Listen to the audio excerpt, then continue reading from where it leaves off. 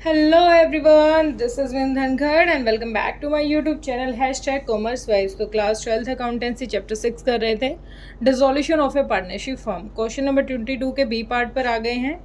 और बेटा मैंने पिछले जितने भी चैप्टर हमारे चल रहे हैं according to 12th class, chapter 2 से स्टार्ट करके 2, 3, 4, 5, 6 भी ऑलमोस्ट हो गया है, मैंने प्लेलिस्ट बना के डाल रखी है। तो अगर आप मेरे चैनल पे नए हैं तो पहले तो आप मेरे चैनल को करें सब्सक्राइब, देन प्रेस करें बेल आइकन। जितने भी मतलब वीडियो मैं डालूंगी उनकी नोटिफिकेशन आपको मिल जाएंगी। ठीक है, फ्री ऑफ कॉस्ट है, कोई ट्यूशन देना नहीं है, बिल्कुल सारे क्वेश्चन मैंने यहाँ अपलोड कर रखे हैं। तो चलो अब करते हैं क्वेश्चन स्टार्ट। ज्ञान हो गया पूरा। 22 का B part. ABC sharing profit in the proportion of 3:2:1 agreed upon dissolution. मतलब 3 पार्टनर है, प्रॉफिट शेयरिंग रेशो दे दिया। ये इधर दे रखा है हमारा क्या, बैलेंस शीट, तो ये हम देखेंगे नहीं ज़्यादा कुछ। फिर कहता है कि इन्वेस्टमेंट टेकन कर ली इसने, ठीक है, फंड हो गया। चलो साथ के साथ पढ़ेंगे हमें करना क्या है, नेसेसरी जर्नल अकाउंट्स बनाने हैं और जो भी कंप्लीट करने की प्रोसेस है वो पूरी करनी है। किसकी, हमारी फर्म जो डिसॉल्व हो रही है वो।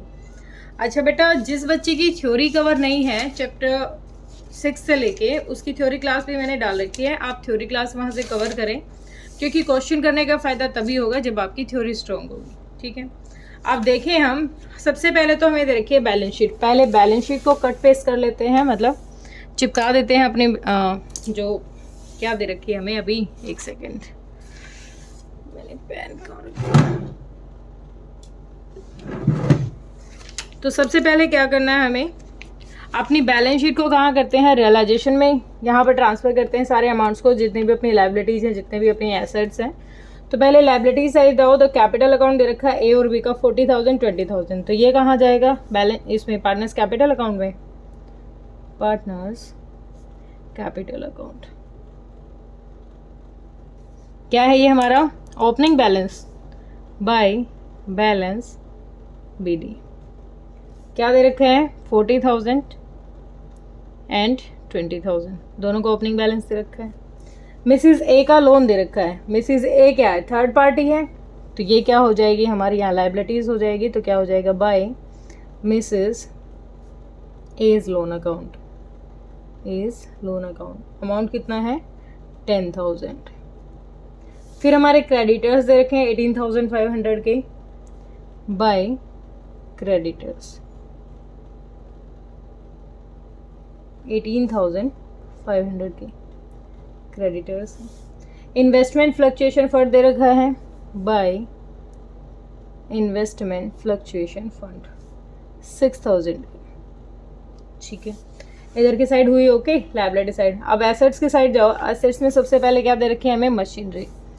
तो टू मशीनरी एसेट्स आती है हमारी debit side, to machinery account. Amount है 40,500। Stock in trade, to stock in trade 7,550 rupees. Debt investment है अपनी कितने की, 20,830 की, टू इन्वेस्टमेंट्स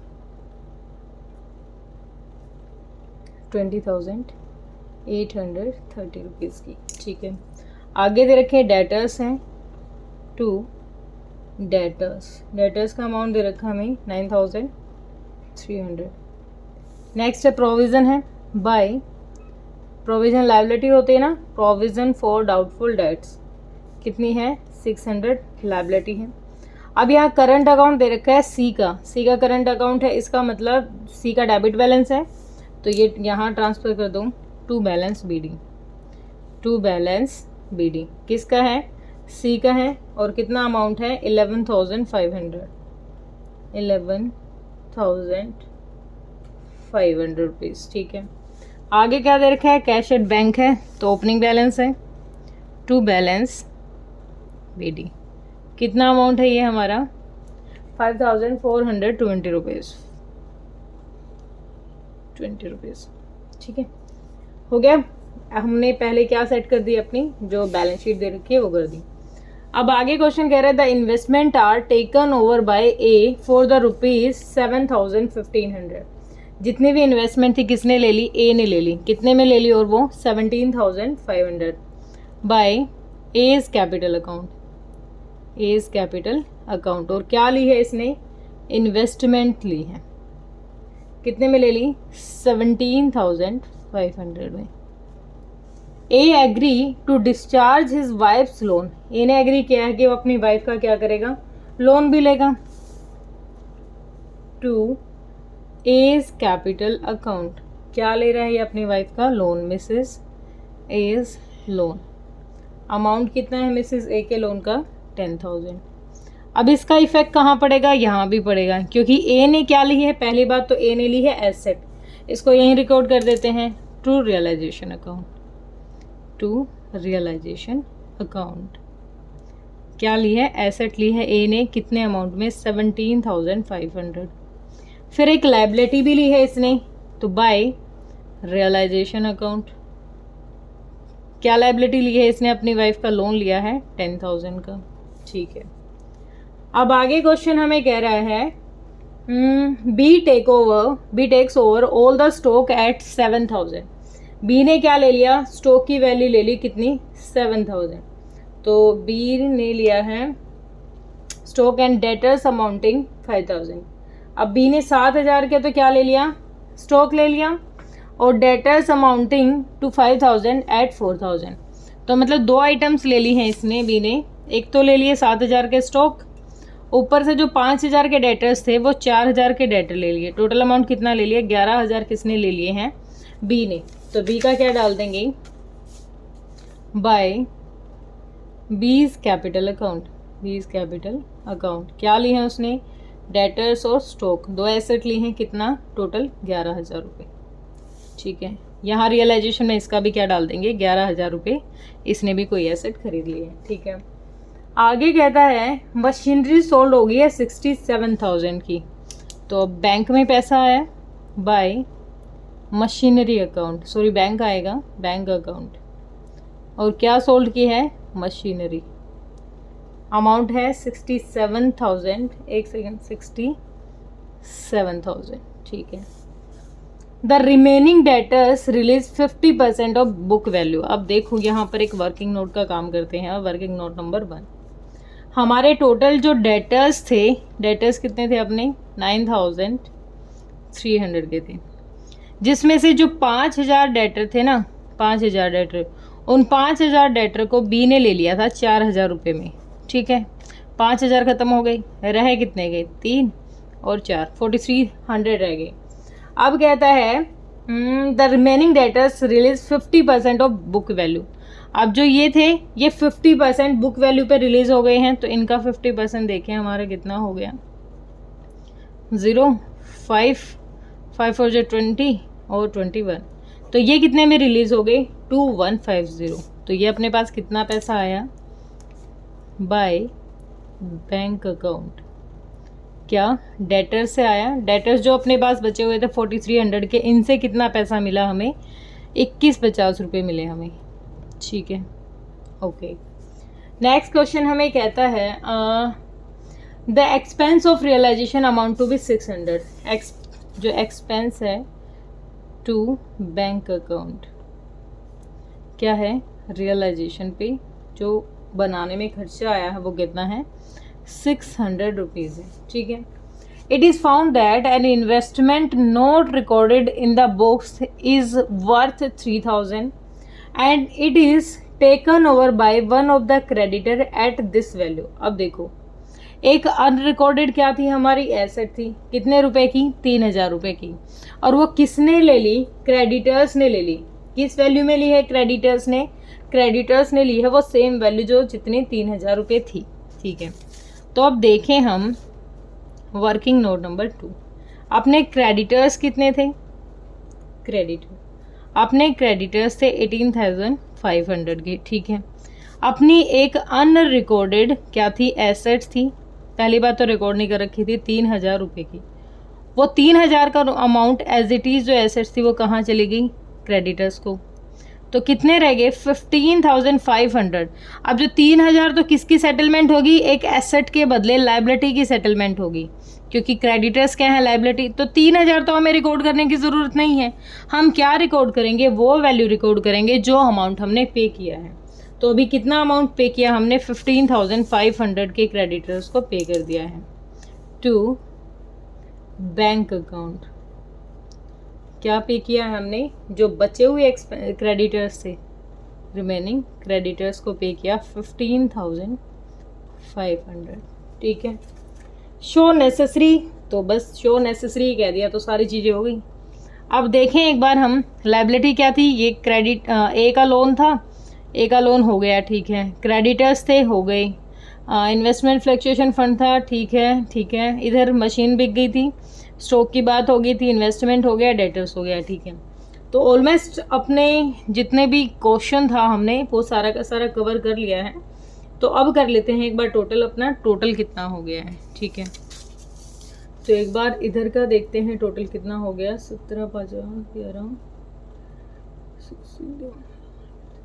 तो अपना आ गया, इधर का आ रहा है 1,32,750। अब की बार तो प्रॉफिट है 1,32,750। इधर का कम पड़ रहा है 1,32,750। तो यहाँ का बैलेंसिंग फिगर करके अमाउंट निकालते हैं, तो यहाँ का अमाउंट आ जाएगा अपना 28,470 रुपीज़। क्या है ये, profit to profit transfer to partners capital account. Partner कौन कौन से अपने, A's capital account, B's capital account, C's capital account, ठीक है। अब इनकी पीएसआर क्या दे रखी थी, इनकी पीएसआर दे रखी थी 3:2:1।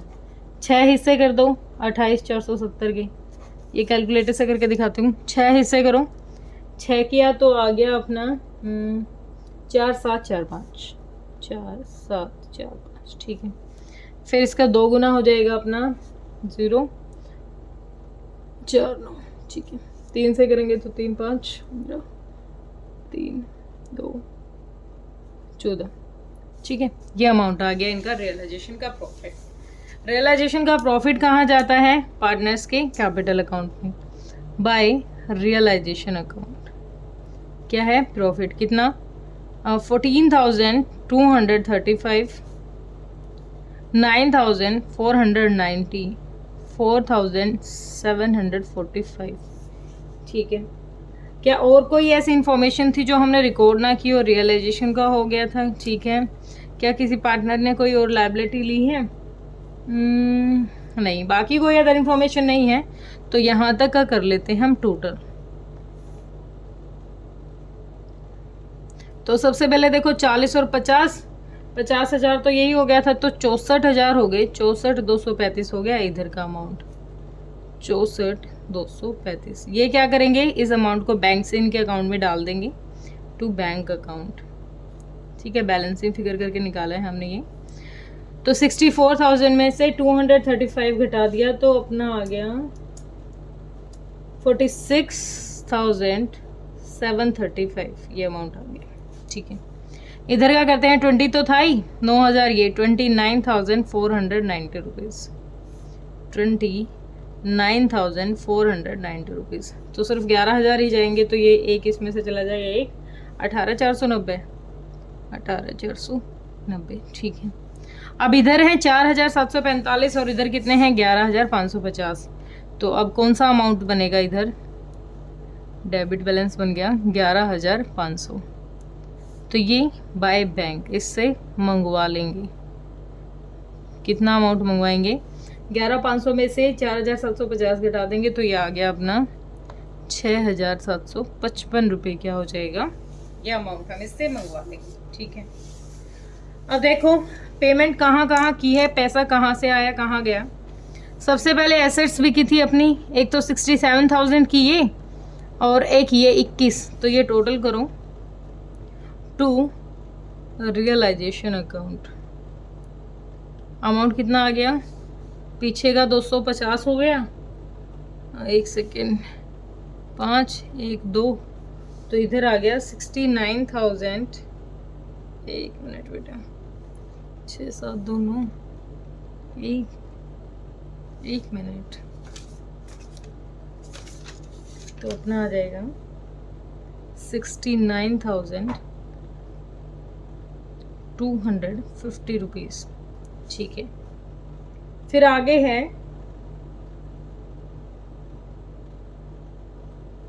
ये अमाउंट मैंने गलत लिख रखा है, 67,000, सॉरी, तो ये 69,150। ठीक है, आगे का था सी का इधर वाला बैलेंस है, ये भी पैसा लेके आएगा to C's capital account. Amount कितना है, 6,755। पेमेंट क्या करेंगे, इन दोनों को पेमेंट करेंगे by A's capital account by B's capital account. कितना, 46,735, 18,490। फिर उसके बाद हमने क्या क्या पे किया है, इधर हमने पे किए थे एक का था ये तो बैंक से 600 रुपये तो ये, और 15,500 ये दो अमाउंट हमने यहाँ पर पे किए हैं बाय रियलाइजेशन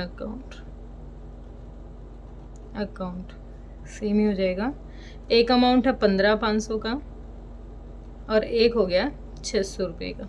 ठीक है, टोटल कर लेते हैं इधर भी और इधर भी, तो एक बार टोटल करेंगे, 5420 69,150 6755, तो आ गया 81,325।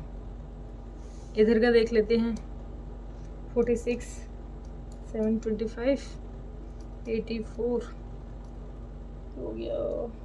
ठीक, ये भी आ गया सिमिलर। तो क्वेश्चन है अपना ओके, जब बैलेंस मैच कर जाता है तो आधी तो टेंशन वैसे कम हो जाती है। ठीक है, तो क्लियर हुआ। इसमें भी भाई कोई अलग पॉइंट नहीं था जो मैं ये बताऊं कि हाँ ये नया पॉइंट था। अब तक जो रेगुलर क्वेश्चन अपने चल रहे हैं वैसे ही थे, सिंपल सा क्वेश्चन था, किसी बच्चे का कोई डाउट होना ही नहीं चाहिए। इनकेस कोई डाउट आता है तो आप कमेंट सेक्शन में डालिए, आपके कमेंट्स जरूर लिए जाएंगे। थैंक यू सो मच बेटा।